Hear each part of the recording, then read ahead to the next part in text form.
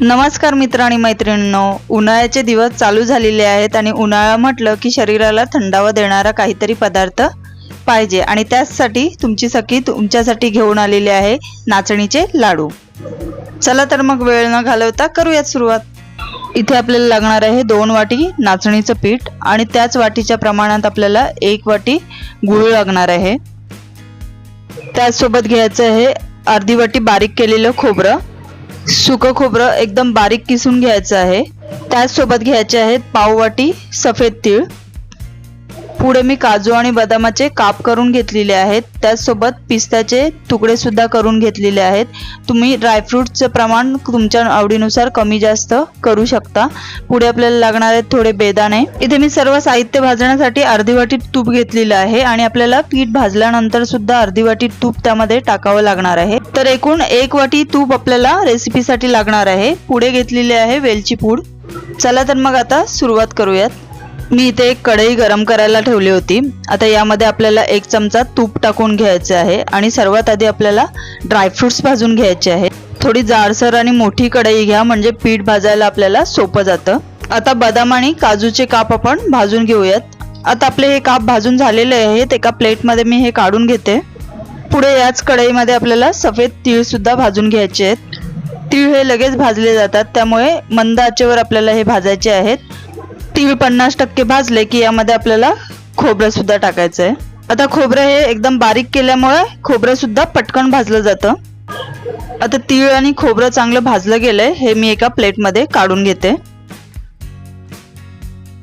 उन्हाळ्यात हे लाडू नक्कीच करून पहा, कारण शरीराला थंडावा देतात आणि चवीला सुद्धा खूप छान असतात। आता त्याच कढईमध्ये आपल्याला नाचणीचं पीठ भाजून घ्यायचंय। मध्यम आचेवर आपल्याला हे पीठ भाजून घ्यायचंय। गॅस फास्ट करायचा नाही, नाहीतर खाली पीठ लागण्याची शक्यता असते। जसं पीठ भाजत जातं तसं ते हलकं होत जातं। आता जवळजवळ 90% पीठ आपलं भाजून झालेलं आहे। पीठ एकदम हलकं झालंय। आता या स्टेजला आपल्याला यामध्ये तूप टाकून घ्यायचंय। इथे मी 2 चमचा तूप टाकून घेतलंय। तूप छान असं सर्व पिठामध्ये मिक्स करून घ्यायचंय। सर्व पिठाला तूप हे व्यवस्थित असं लागलं गेलं पाहिजे। सतत हलवत राहायचंय। पिठाच्या तुपामुळे गाठी नाही झाल्या पाहिजेत। पिठाचा खूप छान असा सुगंध येतोय, याचा अर्थ आपलं पीठ आता हे भाजून झालेलं आहे।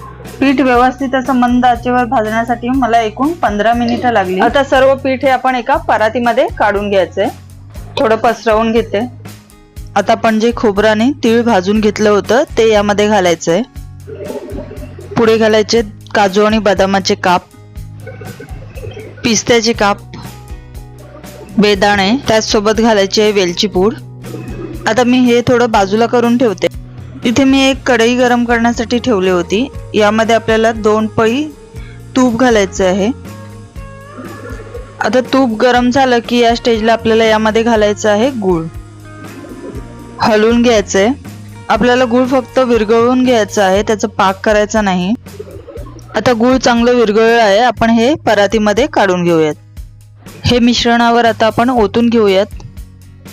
गूळ गरम असल्यामुळे सर्वात आधी आपल्याला पलेताने हलवून घ्यायचं आहे आणि हाताला सुचवेल असं झालं की हाताने पिठामध्ये चांगलं व्यवस्थित असं मिक्स करून घ्यायचंय। पिठामध्ये गाठी ठेवायच्या नाहीत। आता इथे तुम्ही बघू शकता पीठ आपलं कोरडं वाटतंय, तर या स्टेजला अजून अर्धी वाटी तूप आपल्याला यामध्ये गरम करून घालायचंय। चांगलं मिक्स करून घेऊयात आणि लाडू बनवायला सुरुवात करूयात। रेसिपी आवडली असेल तर चॅनलला सबस्क्राईब नक्कीच करा, लाईक करा आणि मित्रमैत्रिणींना सुद्धा सेंड करा। आणि हो, अशा छान छान रेसिपीज बघण्यासाठी बेल आयकॉन नक्कीच प्रेस करा। आता या प्रकारे आपल्याला लाडू बांधून घ्यायचे। तुम्ही तुमच्या आवडीनुसार छोटे मोठे ज्या आकाराचे तुम्हाला पाहिजे त्या आकाराचे लाडू बनवू शकता। या प्रकारे सर्व लाडू मी बांधून घेणार आहे। 2 वाटीच्या पिठाचे जवळजवळ 20 लाडू होतात।